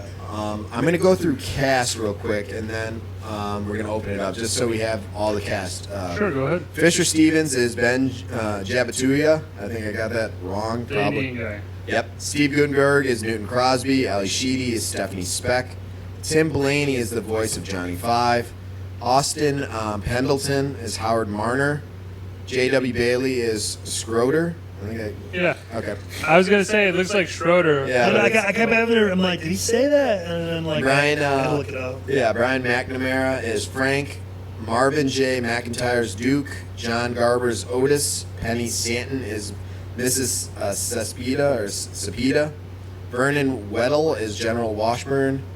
Barbara Tarbuck is Senator Mills. Bill Ray Sharkey is Zach, and Fred Sliter is Norma. So Yeah. I think Norma. Yeah. Well, no, you got it. You nailed it. That's it. So let's break it down. Tell me your favorite scenes. Let's start with scenes. Maybe cinematic shots that you guys enjoyed. This Well, was filmed, cinematic shots are not really in this. No, but this was filmed this in Oregon and a few different sites in California for some of the mountainous areas that covered. Let me start with this. I like the old TriStar Pictures logo, like in the whatever they're called, the opening. Pegasus, you know, thing. Yeah, but it's just like it's kind of old school kind of vibe, which is dope. The 1980s pyrotechnics and all that stuff that happens. I'd like to say that it's good and bad. It's good in that it kind of like is like, all right, I get what they're going for. But it's bad in that it is horrific, and it's just as like, oh man, like they really didn't have shit in 1985, whatever the fuck they filmed this or whatever. Yeah. So it's like good and bad. I like it, but then I'm also like, this is really bad. The laser looks suspect, and the You guys got to put this in frame of reference. It's 1985. and Star Wars came out fucking 10 years before and looked way better. Counterpoint. Yeah. I'm just saying. No, you're right. You're right. But they're not going for that type of movie. You're right. They didn't have To be fair to They it, had a $15 million budget. this movie is more like, do you think Johnny Five is funny? It's more comedic. If you don't think he's funny, you probably won't like it. If you do think he's funny, We're really gonna enjoy it. You know, that's what I think, at least. But yeah, like the laser didn't look super great, but I mean, again, it's of the time though, so it is like, which is good and it's bad. Like it's bad, it didn't look great, but then again, it does give you nostalgia for the '80s, and then also the scanner they have to like track him. It was very interesting. It has like an outline of his body almost, Right, like a battleship kind of thing. Like I don't know. Yeah, same. That was weird. It was kind of interesting seeing that. One thing that I loved, and maybe it's like I said, practical effects. I think of having these robots and doing certain like tasks on camera. That's not easy to do, and I'm sure they had a bunch of different models created. Clearly, because they had 5 of them at some point. Like that right there is a kind of I think an engineering marvel.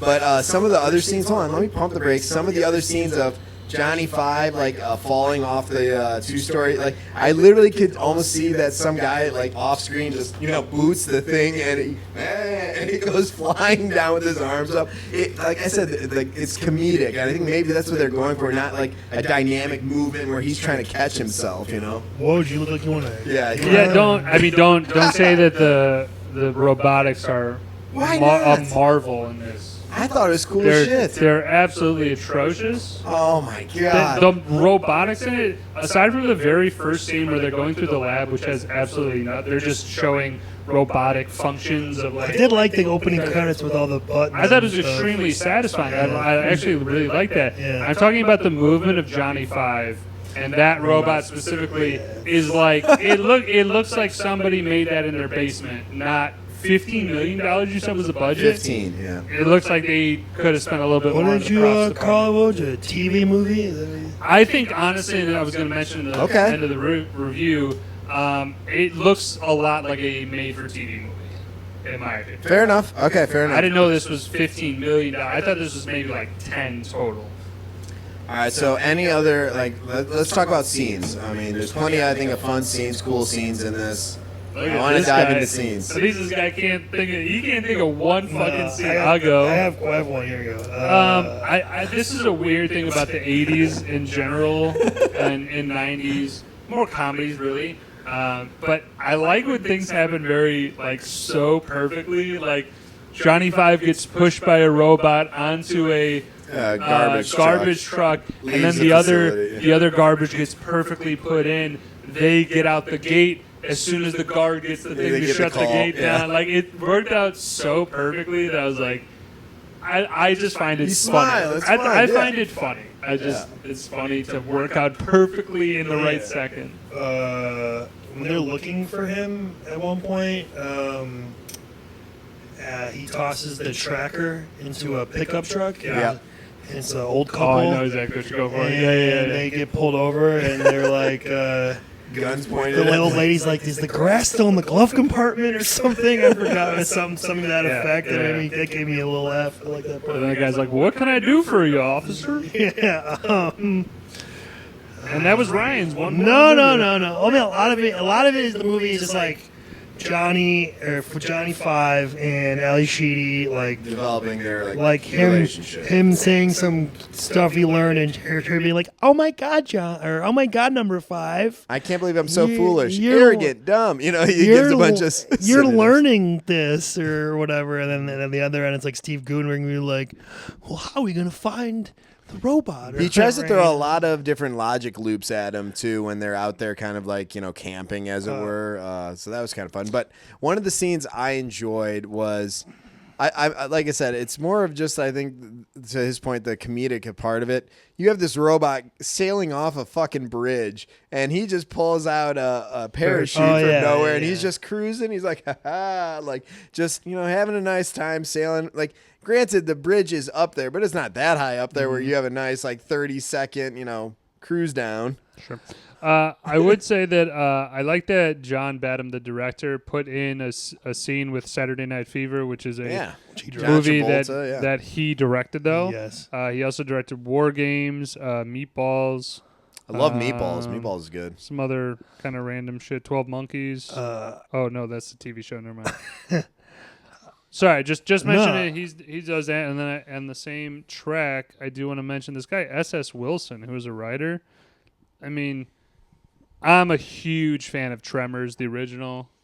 That movie is so fucking It's good fine. to me. But he also did Wild Wild West, Okay. which is, I know it's critically panned, but That would meet our criteria for the other thing we were talking about for sure. but it is Yeah. a movie that I definitely enjoy. So I Yeah. just wanted to mention those. Yeah, I two. saw it in the theater, dude. I had the glasses from Burger King, the Wild Wild West. Wow, wow, uh, West. I'm with you. To It was me- hyped, man. Yeah. To me, it was pure Will Smith, where he could be like a kind of comedic guy, and I'm just going to have fun. And then Kevin Kline was like the whatever the other one is. There's Just the Selma Hayek. That's the Just only say redeeming. straight man. Two Kevin Kline's a things. straight man. All you need to know about it is Selma Hayek looks amazing in Yes. the movie, and number 2, Wild Wild West. The song is fucking fantastic. We got that from Hey, the movie. man, I'll so, give you one. Hell yeah. So that's awesome as well. Will Smith, dude, that was the era where Will Smith did all of his Yeah. own music. He's like, "Oh, I got a movie coming out. What song am I going to do for the lead Yeah. track?"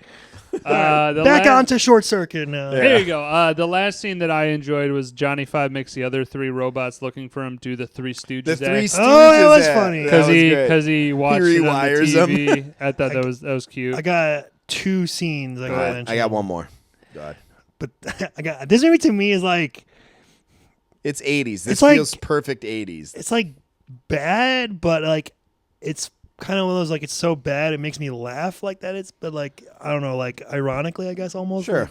like a hilariosity type of thing where it's like I can't believe they just did that, but that shit's funny. Like she's like taking a bath and the robot comes in the bathroom or whatever. And he's like, "Oh, look at you" or whatever, like that. Your color changed. Yeah. 'cause And then We'll talk about the Pickles. whole them dancing to Saturday Night Fever with it on the background and like him More singing than a "More Than a Woman." Yeah.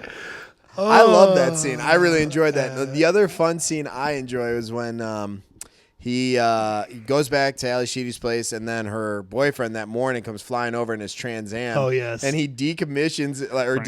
Disassembles. Yeah. I had And that then- down also. And then blocks all the rifle fire, and then he does that like flipping of the like nickel from the movie of this like hey. Like a Western type of Yeah. thing. And I'm going to do a quick quote because it lines up with exactly Sure. this thing.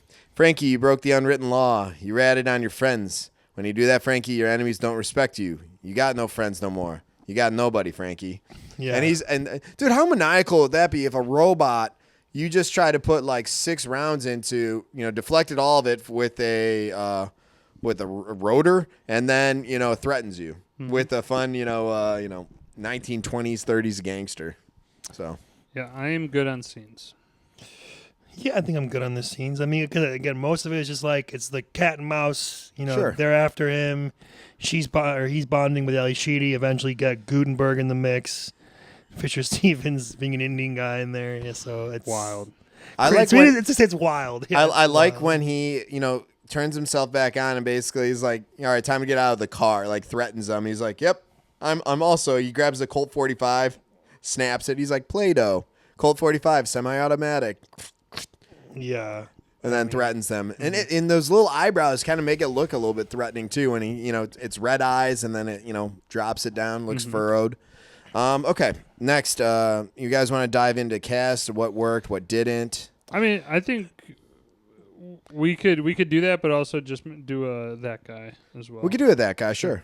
I'll just start with what worked. Not a whole. Maybe Austin Pendleton as like the boss guy, but even he goes off. G.W. Bailey, who is the other, I think his name is Harris in Police Academy. He was like the villain lieutenant Schroeder, guy. I think he was kind of the only guy that was like good in his role and like very like this is what he needs to do. Steve Guttenberg is kind of like his character is all over the place. He's like a nerd who doesn't go outside. Ali Sheedy in this is just horrifically annoying. Very chaotic. I'm not No, blaming. it's okay. Not blaming her at all. I'm thinking whoever wrote it. I think S.S. Wilson or the words on the page were not beneficial to her. No. And then obviously again I go Fisher. So unfortunately my answer is that nothing really worked all that well cast wise. Johnny Five was maybe the best part of it, and he was a fucking robot. I was gonna say I had a whole recasting thing. If we're let's go into it. Segue into We that. can segue right into it. So yeah, I think ways to improve this movie overall right away. You get a better voice for the robot. Now, dude, it's. I like He the didn't like voice. it. Okay, fine. I'm used to it, I guess. Or that. You know who's done this before? 2 times, not at this time, but later he would. That could work. You got Eddie Murphy, man. He did Donkey in Shrek. He did Mushu in Mulan. Eddie Murphy would work, but that's because Eddie Murphy's the Was best. it? Was he relevant in mid '80s, 85, Yes. 86? Oh, Okay, yeah, I want to he's make sure. He's in Okay. his prime, dude. Yeah, fucking Eddie When Murphy's did Coming to America? hit? 88. Okay, so yeah, okay. Beverly that Hills checks. Beverly Hills Cop Dude, had he come out was- 2 years before. Okay, this. so that Yeah, checks. he was- Okay, that checks. I just He's want to also make sure. a huge SNL, star, everything. Right, no, I knew he was coming up. I didn't know if he was in If movies you want to go yet. with a more different version of Eddie Murphy, I think Robin Williams would work. He could do voices, impressions. Robin Yeah, he Williams was would be great. You could in get- Mork and Mindy, and he Right, did a you bunch could of- lean into him if it was done today. Like get Ryan Reynolds did it was for the Pikachu movie. Like there are plenty of Sure. but I'm sticking with the 80s again. Yeah, I got you. For the sergeant guy, Arlie Ermy, I think you could have him. Love Arlie. Takes the movie up a notch if you got that. I think instead of that, Who's the book cop from Seinfeld? He could have done a good. Oh yeah, he's great. Phil Baker Hall. he would have been great. I He'd think be for that. good. That was my swap out. Whoever's the head of the technician guy, what was the guy with the glasses? He said Harry. Austin Pendleton. Yeah, I think maybe put As like the character is Harold Ramis in there. I like. Ooh, Ramis. That'd be a nice. Maybe drop. Rick Moranis could work for him as I well. was thinking of Rick Moranis. Yes, for the boss. And then instead of Gutenberg, give me an '80s Tom Hanks in there. I think Tom I was Hanks fine with Gutenberg. I was kind of going of a mindset of younger. I like a kind of like more like boy genius type of thing. Like okay, like a Doogie Howser. I think or I something? put Johnny Depp.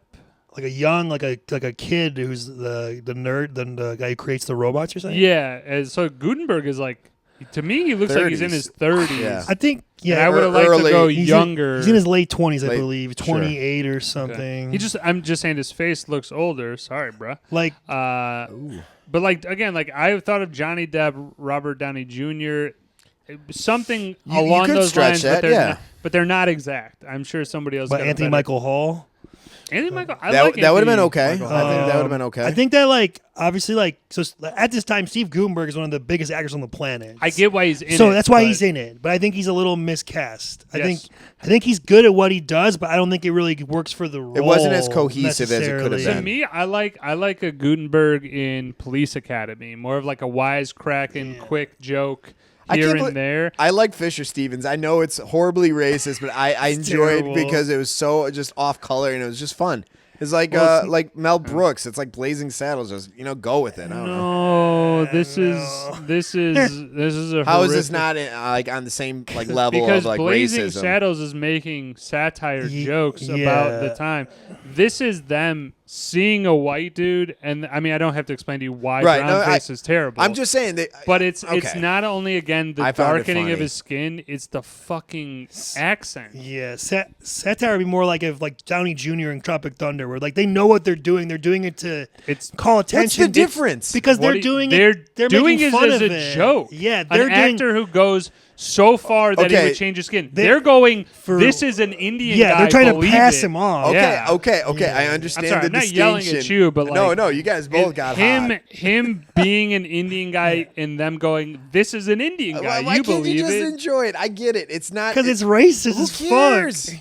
It's cares? racist as fucking 1986, dude. If this was Yeah, 1950, you go, it's you kind of believe it, but like 86 is way too Either late just for make this Fisher shit. Stevens Dude, like a 80s regular. was raunchy as shit for movies. But you don't have a guy play a different race like live action. If it would be one thing was like animated, I could see okay. Then it's like he's doing a voice. Again, even when we're talking about it as a joke, it's still bad. That's Okay, what you need to know. about I'm it. not saying it's not bad. I'm just saying just allow it to exist.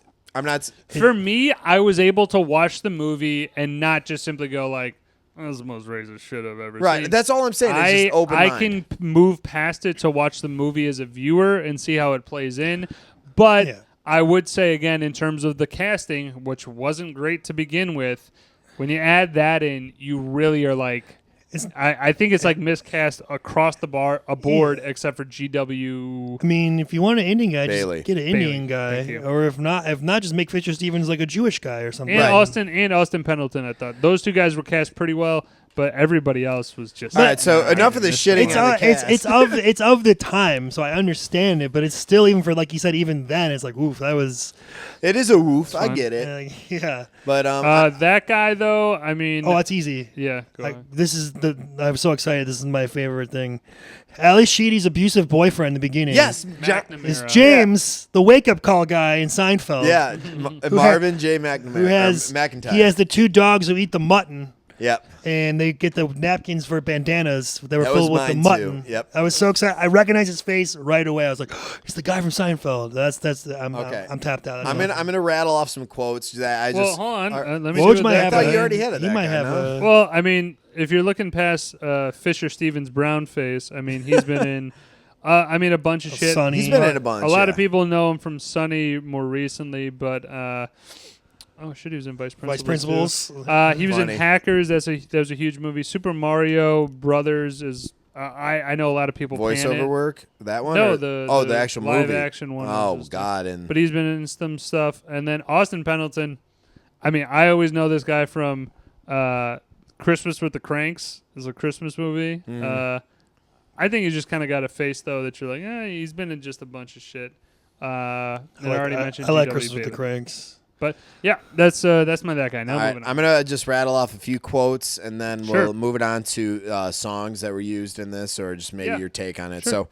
A lot of these are going to be Johnny Five. I just think it was just fun. Like I said, you got to enjoy the character of Johnny Five, this robot. Other than that, this movie will be hellish. All right, I'll start it off though. Go ahead. Austin Pendleton, who's Howard Marner, is like, well, clean him up, send him out to Hobnob, stat. Like he's just trying to be like a boss guy, but he's clearly like this nerd. It doesn't fucking- land a little bit. It's No. fine. I just like that line though. That's a good Go line. ahead. Mine has, "Hey, Laser Lips, your mama was a snowblower." That was funny. Mm-hmm. And then this one's iconic. Number 5 is alive. You yeah. know, life is not a malfunction. This is kind of just a like. It just made me laugh. Like, oh Jesus, what if this gets out and melts down a busload of nuns? What would you Oh, write yeah. about the headline on that one? Nun Nun soup. I got a couple that are Fisher Stevens though. I Yep. mean, he says some stuff like He's funny. instantaneous appearance. I have to go to the Jack, John, and they correct him there. Let's see, bimbo. He just goes bimbo at some point. I don't. It's like you can't get the full effect without doing that, but you can't. The voice. I mean, yeah, I can do it. Instantaneous appearance. It's like, and honestly, no joke. Fisher Stevens does a shitty Indian accent too. So it's like, God damn, man, it you is just the didn't- most like you know. With excitement like this, who is needing enemas? That's like, Yeah, it's you got to pretty do on it to get the spot full right effect. there. sorry, that's what he sounds like. Yeah. Yeah. Well, then also We don't like, have to apologize. It's a but movie. this is also the thing that's Art. crazy is that they go in the movie to Fisher Stevens' character, which his name is Ben Jabedia. Jibatua They go, or something "Where are like you that. from?" And he goes, Jabatua. "Bakersfield originally." Damn it, that's right there. Yeah. And before that, What Pittsburgh. about, what about your ancestors? Pittsburgh. So they're not even like, what are they doing? Like, It's just Yeah, it doesn't seem like it was necessary for that to be a part No. of the movie. That's all. It's like I don't get. I don't know. At some point, somebody is like, "Oh, bull dyke," which means it means a completely different thing. Yeah. They're meaning it in a different way there. Don't Like, give me any of your bullshit. I think is just a great line anyway. Dude, a nice little jab that Newton is the Yeah. Steve Gutenberg, but he's going to Schroeder over there, and he's like, "Don't worry, Skirty, you're not gonna miss a meal." And I thought it was like, that's such a good dig at a fat guy. Like, don't worry, you're not gonna miss lunch, you fat tub of shit. But just use that another one. Go ahead. Really, Voice or no voice? Do it. I'll Just do it. We're already in the fucking. I week. am sporting a tremendous Woody. Yeah, I mean, Fisher Stevens was definitely like talking to Ali Sheedy's character, Stephanie, like real weird, like, "Oh, lady." Yeah, he's trying to like feel her out a little bit, test the waters. This robot, I think this was Austin Pendleton's character. He's like, "This robot is beginning to give me the red ass." Yeah, the red I don't know what ass. that means. And then the last one that, I mean, again, this is exactly why this movie's fucking weird, man. At some point, they're talking to Stephanie, and they're like, "Did he try and molest you in any way?" It's like, what the fuck, man? Like, The line of questioning was funny. well, like, they're trying to be like so serious, I feel at times. I'm like, this is a comedy basically movie, and they just like threw in random shit. They were like, "Hey, this is gonna work." But like I said, I like the absurdity of it. So maybe, like I said, it doesn't have the strongest plot. It doesn't have the strongest acting core. I get that, but Sure. allow it to just kind of be the comedic. I mean, again, I watched it objectively, Yeah. and all of my scores and comments are Yeah, objective. that's fair. And one last part was when Duke came back, and eventually Johnny Five realizes that he's more of a threat than anything. He's like, and he goes into John Wayne's voice, and I'll try to do it right. Don't worry, little lady. I'll fix their wagon. Oh yeah, nice. Hey, Pilgrim. Hey, Pilgrim. So let's do soundtrack. Yeah, songs. So Come and Follow Me, Who's Johnny, More Than a Woman, and then I forget the song. It was in Saturday Night Fever. It's Night Fever, I think. Is that it? Isn't Just it? Or no, it's... that's the only one I forgot to mention. There isn't too much in soundtrack, but that dancing sequence I think is the pinnacle of it. Let's also give some credit here. Go ahead. Who's Johnny by El DeBarge. Come and Follow Me by Max Carl and Carmela Detroit. Great name. More Than a Woman to Me by the Bee Gees. Fucking awesome. I thought it was funny that they are also whistling at one point March of the River Kwai in this movie. They do, yeah. And then a lot of just general 80s themes, as I call it. They're just kind of like 80s beats and shit like that. I mean, very small soundtrack. Yep. All right, what do you got? I got nothing, that's it. That was Oh, it. spin-off, sequels, prequels, switcheroo. Yep. I got just a couple. Go ahead. I would honestly like to see a very dark sequel Love it. Let's go. of like Terminator-esque takeover of Nova. They become all sentient, and then they're just murdering everybody. Yeah, I mean, mine's kind of more, I feel like it's kind of like a switcheroo crossover thing more than the... Okay, well, Okay. we're on spin-off sequels, I and prequels, so know. maybe hold that. I got one for But also, that I too. would just mention huge machines. I want to see fucking... Like, they clearly have a whole army of shit, but I want to see other stuff. What do you got, Bobby, for spin-off sequels, prequels? I kind of want to know Ali Sheedy's like history of dating fucking idiots. Like it seems like that would be a comedy in itself because Duke is like the last in line of like just poor decision after poor decision. I'd kind Are of you want talking about Frank? Duke being her boyfriend, her most recent one that she I think his name's Her Frank. boyfriend's name is Frank. Oh, is it Frank? Brian, Sorry, I did I say Duke? Okay. It's all right. Duke's a way better name. So. Anywho, but I kind of want to do a prequel of that, like Ali Sheedy, because she becomes like almost like, what is it, like a foster, home for a bunch of animals and like, yeah. I don't She's know, what- psycho. yeah, exactly. I'd kind of want to see what kind of drove her to that. That would be my prequel, but it'd be more of a humorous run. It's more in the rom-com, but I'm again, this is open to interpretation. Yeah, and I got All a right, good switcheroo? spinoff, Or do you have a spin-off or a switcheroo? or no, it's not a spinoff. Is it a switcheroo when it's combined with another movie? Yeah, that switcheroo. okay. So switcheroo. Go ahead. It's more of a... ahead. I'm calling it the crossover. It makes more sense.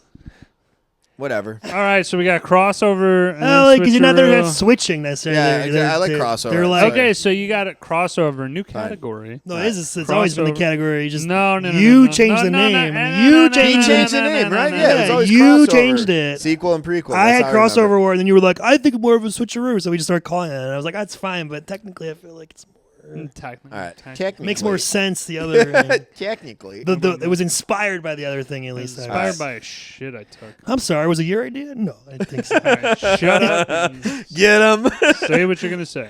I was just saying like the Nova plant like is like the maybe it's like the machine plant is like the thing that started like the whole like it made the people start creating the Terminators. Like that's like, Like maybe that's the their early base like corporation, the yeah. T100s or 50s at this It's point. the- whatever. Over time, like, developed. Predecessor company yes. to maybe Miles what's- Dyson worked there at Nova Labs from T2. And, What's Terminator company name? it would be the Dine.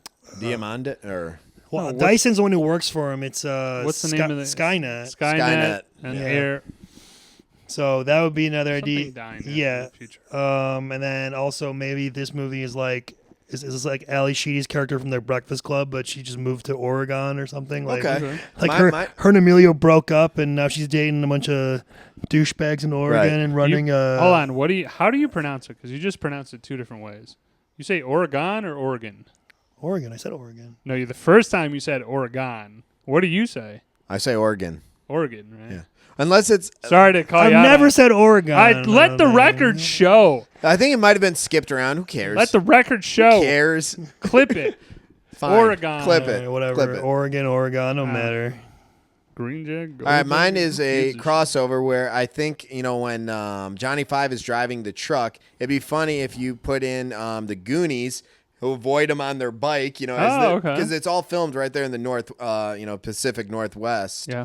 That'd be funny, like, oh shit, they all dodge a truck, and then they see a bunch of military, vehicles come flying up behind it. I thought that'd be a nice little touch or a cameo. I actually don't have a switcheroo, but I actually wrote Tom Cruise was also on the list of like Yeah, a possible. Yeah. possible replacements for Steve Gutenberg. Oh, like the you one, or that was actually in real No, life? that's in what real- that's what I would have liked. Okay, okay, I yeah. mentioned I thought you meant in real life. 'Cause Tom Cruise, Johnny Depp, that wouldn't shock me. Robert Downey Jr. was the What three. about Val? You'd be Val Kilmer? Val Yeah. Kilmer. Yeah, absolutely. He did just kind of do like the Real Genius or whatever. Real that- Genius yeah. thing. So kind of, I was trying to honestly it came up in the Yeah. in my mind, but I tried to kind of depart from same role. I don't. It's not a switcheroo, but I just in my crazy brain when I was watching this, I go, 15-minute movie idea. Johnny Five just fucking obliterates fucking Ali Sheedy's character as soon as she starts talking. Like she goes, turn it off, and then he just goes, Boom. I was gonna say and like, like he's on the run, like it's over. Straight up murder. I think I would have liked this movie if it leaned more into the serious shit and fuck the comedy shit and was more like there's a killer robot on the As loose. a drama, I think it would have been a It'd be a little completely bit different better. movie. Well, Oh, yeah, but it there'd would have be been a a whole little different- bit better. Yeah, but like Ali Sheedy's that character interests me just- more. It's like, oh shit, there's a killer robot on the loose that they created. and But it's then, like, no. 15-minute movie, he just kills a bunch of people and then they blow it up. And eventually, they pull Credits. on RPG or something. And just, Absolutely. oh, that's I'm- funny. I'm That down tickled. to- I'm good. Picking nits and All right, Yeah. so this is I'm good with ranking it at this point. I mean, Oh, we got Picky Nits, bro. oh, sorry, Picky Nits. You guys, I thought you've been peppering them out the whole I time. still got more. We All were- right, we were still, holding fine. All right, back. let's roll out We the are red holding carpet. back. Let's roll out the red All carpet. right, Go man. ahead. I mentioned a little bit, but Johnny Five always looks slow as shit. And then they said, like, oh, he can get up to 30 miles an hour. 30 miles an hour? Come on, man. Like, let's... Nice accent right there, dude. Come on, man. That's from Spaceballs. I know, that was good. But, like, it just is like, this is an $11 million machine, and he's doing, like, zzz, zzz, oh, let me pick this up. Bullshit. Love it. The technology. Nobody looks at the weather report in this fucking multi-billion-dollar company. Look at this. See, it's gonna fucking storm. Move it inside. Yeah. What are we doing? They did eventually Also- move it inside. They Yeah, had the but not before cocktails. Johnny Five got. Wouldn't you also have like if these things could go AWOL or whatever, when you have like a explosion where you could blow them up with like a remote or something, Self-detonation. Yeah. like, oh shit, this is out of control. I better kick it on. Didn't he rewire his own circuit so it? Well, that would be, but He's saying a kill switch. But they didn't even go. try. That would have been a good plot point. Like, oh, let's hit the kill switch. Oh shit, he rewired himself. We can't. Right. Like maybe at least that would, bypass it. you could be like, oh, then they tried that. It didn't work. Sure. Well, they did a few different things. They had the homing. They also did the like manual like power off, and he's like, yeah, no, not working. Need input, malfunction. You would think like if you're creating a robot, you want to have that just in case it does Go crazy. go crazy. Like that's kind of kill switch engaged. Robot 101. Then we have out of range is like 5 miles away. Like he didn't go like 5 states over. He just kind of went down the Just road down a the little road bit. a little bit. Yeah. They're like, it's out of range. What can we do? Oh God. Yeah, it's just like you're a multi-million-dollar corporation. What the fuck? Also, aren't you have an army? Like how long does it take you to get 5 miles? Yeah, down organize the that road? shit. You have like helicopters and shit at the end. Where were they? Where were they in the beginning? Oh my God! You guys are taking a comedy and putting realistic expectations. They have I a love it. whole army. I know. And then they mobilize it. The one and they're like, we can't find this fucker. He just jumped off at the get a hell of Blackhawk. Hold on. The picking that I have is they eventually hit him with the car and like started pushing him. He was like, oh, I can't. It's like, how do you not like? There's enough visual spaces for you to see what's in front of you. I don't know. No. The ADR, which if you guys don't know, is the audio. Oh, I lost it. Audio dialogue replacement, I believe is what it's called. Yes. Or stands for. Sounds so like it's Bumblebee. It's just the thing when somebody's like running, they still want to have the dialogue playing. And pretty much everything Ali Sheedy said was just fucking horrific. It wasn't even close, and she's just running around. I got a little bit of an issue with the computer genius can't get acclimated to driving a car. I know he says like in his like I can't drive. Sheldon doesn't know how to drive. Well, he goes, I haven't driven in 5 years, and I'm like, stick, and it's rough. Oh, Steve Gutenberg. Yeah. Steve Gutenberg is like doing the. Hey, I just drove like. Aren't you like a genius? How do you get to work every day? 16-year-old like stop on the brake. Einstein rode a bicycle. No, but that's also the thing. They're on like the base. They don't have any cars because otherwise, like, why wouldn't you take your car? Is he like a chauffeur? Does Fisher Stevens drive him around? I don't know. Didn't let's ask see. Steve Gutenberg just straight up switches up. Like it's so funny. The gooch. No, but like he switches up where he's like, we need to find him. We're going to find the robot, and we need to do it. And then as soon as Johnny Five was like, oh, like literally all Johnny Five does is this. And then Gutenberg's like, I'm going to jump in front. Don't shoot. Yeah. I got this. After they started Meanwhile, spraying he was just like, I know he was against like blowing up the robot initially, but he was still like for science. He was like, don't do that. Let me go and just bring it back scientifically. And then as soon as he sees that he's a little different, he's just like, drop of a hat, I'm jumping in front of this. And Ali Sheedy, like that character, he's like, well, now I'm in love with you. Well, that's what I was going to say. The more of the relationship part seemed a little like, oh, you like Johnny Five? I like Johnny Five. We should be a couple. Oh, right, okay. yeah.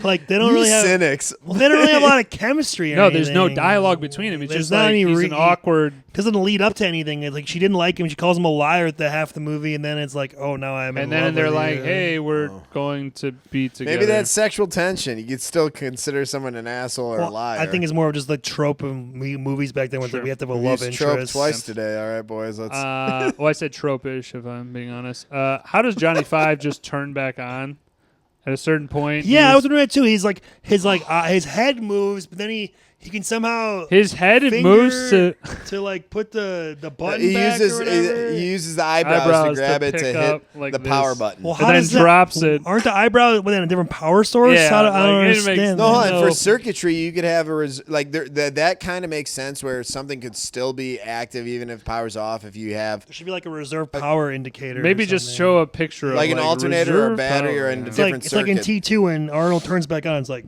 Reboot. Okay. You know, he's like, oh. Okay, I I'm can gonna understand reboot. that. I kind of like it though, yeah. Because then he threatens the driver. He's like, "Yeah, we're not going." Also, that driver was a terrible actor. That guy was horrible. I liked Yeah. his shitty acting. It was Loved very, it. very bad. The was horrible. boss pulls a gun at some point. And that's gonna be a trip down to HR if I've Pulls ever a seen gun. one. Yeah, he does. Pendleton, like, he's like, get out of the car. He's like, you're not gonna do Yeah, anything. You're not gonna run me over. I'm gonna just mention two things because the last thing I will say will turn a I was couple trying to heads. gloss over our pickiness, but no, you guys really had some. That is pickiness, man. the best part, They dude. have brawny paper towels and Charmin branding in that. I thought that's always funny when you see like logos. Some brands, of the yeah, time. sure. The guy's Firebird, Frank's. I think it's Trans Am, Frank. baby. Yeah, Frank's Firebird is fucking disgusting, in a good way. Like sick car. Look, for yeah, sure. I think it looked great. All right, you guys, get Yeah, ready for this. uh, wait, you go. Yeah, okay. I will. I'll do that. Sorry, I'm gonna. This is my. okay. Mine is an ender. It's an ender of the pick. I was like, Ali Sheedy's hair is atrocious in this movie. I don't Oof. like it. It's very like I didn't go that far. 80s mom hair. No, but or it's something. 80s. I get it. It's 80s. I'm not saying it's her fault. It's the style of the time. I don't like it. That's fair. I don't like it. I don't. How like does Ali Sheedy not know he's a robot and thinks he's an alien in the beginning? It's just real dumb. With all the like weird colors that are going on in her van, I'm giving her a shadow of the doubt. Clearly a robot. Initially, I totally get. You can go like, "What is that? What are you?" Also, the fucking robot company's down the street in your town. You know there's a fucking robot lab or whatever. And she's She like, knows it's a she's like, oh war yeah, it's the machine. Nova Core thing. I mean, just looking at the whatever. robot exterior, you can. It took her too long to understand that, like, the big plate on it. I It's don't- like, Again, I'll mention it again. branding. I don't know if they're going for like a whole like robot Ali Sheedy romance. That's thing. what I'm talking about. It's like a 75 wants to fuck. Yeah. he wants to fuck her. I put he's a sex, all right, this is going he's a back to se- Alita. You guys are he sick. wants to fuck. We he's a saw it. sex robot, always asking for input. And yeah, I'll give you something to I'm input. just saying. Y'all need Put it Jesus. in. He had Y'all more- need Jesus. He goes into the bathtub and he's like, "Oh, they, mama." They dance together in the living room. She like wants to like. She loves him. Like if he's gonna die. I mean, if she- he had a fucking little, It's a little weird. I get that. I get it. they have It's more weird. chemistry also yeah, than her and Steve Gutenberg. That's fucking true. I'm There's just- more of a love story between Johnny Five. It's and Stephanie agreed. than- It's a Agreed. It is a weird little weird, but direction. can we just leave the whole having sex with a robot out That's of it? Johnny Five. It's the You- they made the they made the robot. movie. They They made the made the robot movie. like, yo, there's a human female. Oh my god! It's All right, fucking that was funny. nuts. That I don't know. was At one good. point, it was going to go down that road. It was like, I mean, where's dude, then this it turns going? into my favorite porno of all time. Just kidding. All right. I fucking knew Stephanie, it with this can guy. you feel it? Is I it? came. Oh yeah. Oh yeah. Did you feel it? God. All right. We're clipping that. It's, Jesus. it's all right. Nobody watches it this point. Oh anyway. yeah, we're deep. All right, so I am good to put a bow on Yeah, this. let's put a bow on this. Uh, Now, we'll- you're able to watch this on YouTube with ads. For free. I went to the library, grabbed it. That was I my did go there. They didn't have it. They had it at the Hoffman branch, but thankfully YouTube was there for me. So. YouTube is there, baby. All right, whoa, just get your ranking. Skip it, own it, stream it, or Okay, whatever. so this was a tough one to honestly rank. It is. Just in the sense that nostalgia definitely plays a factor. This is a movie that I watched with my family, and you kind of saw it growing up. And like I said in the beginning, I did not come to this movie really up until we just watched it again. The nostalgia factor falls very, very weak because this is just not one of my go-tos. So I'm going to say this is a skip. It was definitely just, I don't know what the producer was, but I would love to be a producer in 1985, 86, because clearly you can just do whatever the hell you want. Pretty much. And they made money on this bitch. Yeah, they made money. They made 25 mil on this, so that's crazy. Got a sequel. And a sequel. Yeah. Yeah, I'm gonna go 5.0. Yeah, this was. Ooh, that's a lower ranking for This you. was one where I was watching it through and going like, I'm not entirely sure if I can finish it, but I'm gonna try real hard. And again, it's not even the worst part. That's how crazy this shit is. The worst part wasn't the brown face and the fucking. It was bad in the accent. It was really bad. Distracts totally from the story as well. But like, just too many things of just like. Too many Every absurdities. every scene, I'm just like, what? Like, why are you saying, like, there's, like, that weird line about, like, oh, did he molest you? It's like, why are you even throwing that in? It's supposed to be, like, a kid PG movie. And it's just all over the field. It sprays all fields in a bad way. That's how I'm going to leave it. Skip it. Leave it on the shelf. 5.0, okay. 5.0. I think that's my lowest with you. Yeah. I'm going to say skip for me. I don't have nostalgia for this. I could see if you did why it might be a bit higher for you. It's definitely a movie of its time. But you can tell by obviously the way it's made, the stars of it who are in it, all that. It is hard to grade, like you said, because like I've hated watching other movies more.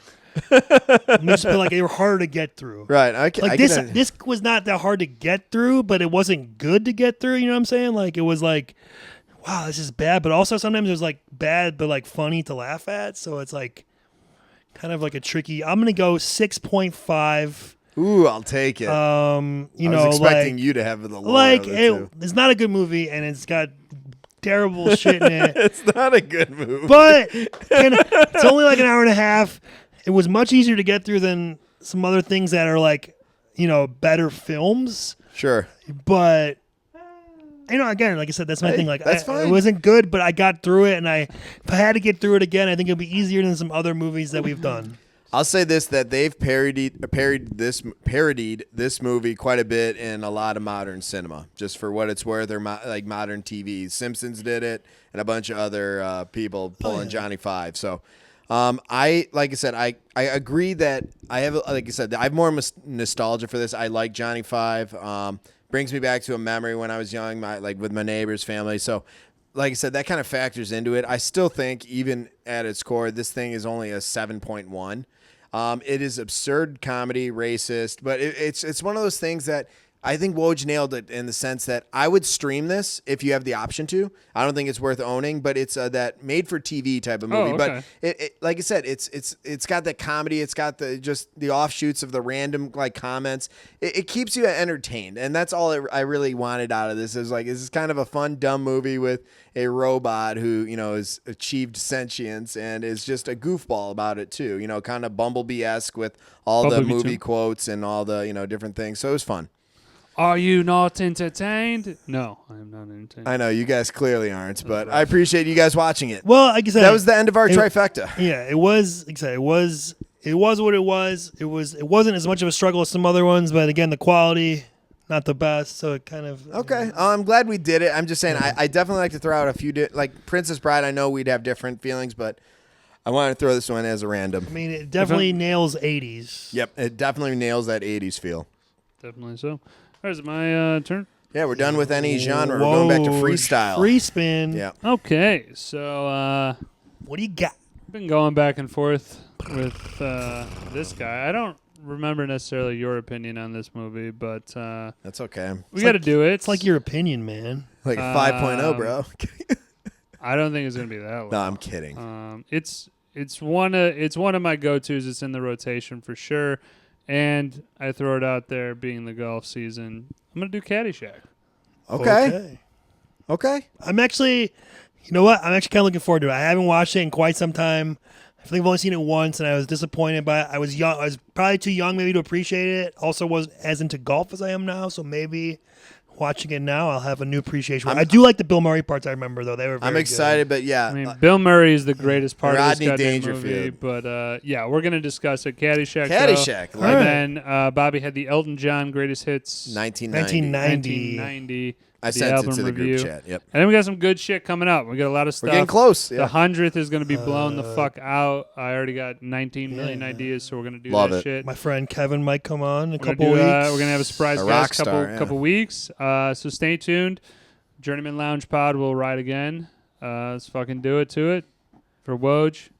And Ryan. And Bobby. Talk to y'all next week.